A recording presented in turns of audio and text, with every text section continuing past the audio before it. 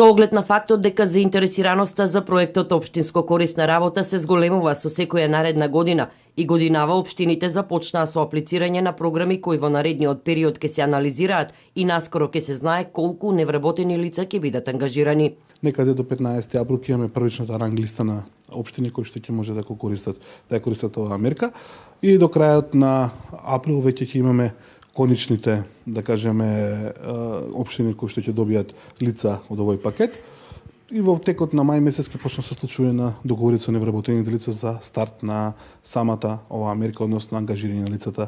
Меѓу останатите општини овој проект се реализира и во Штип и по информативната работилница организирана од страна на UNDP и Министерството за труд и социјална политика. Во моментов за навремено аплицирање се прави анализа на потребите на граѓаните, се спроведуваат анкети, а се контактира и со надлежните институции. За оваа цел граѓаните своите потреби можат да ги искажат на веб алатката Моја општина, поставена на веб страната на општина Штип. Покрај потребата од давањето помош во домашни услови и други услуги за старите лица и лица со инвалидитет, од анализата на потребата се прояви интереси од други сервисни услуги и тоа на дополнување на човечкиот капитал во одделни институции, обезбедување на воспитно-образовна дејност за децата од предшколска возраст. При секое наредно реализирање на овој проект во Штип се поголем е интересот како за крајните корисници на наведените услуги, така и за невработените лица, кои за ангажирањето во проектот добиваат одредени финансиски средства, но сепак остануваат активни баратели на работа. Овој проект, кој трае 6 месеци, предвидено е годинава да стартува на почетокот на јуни месец.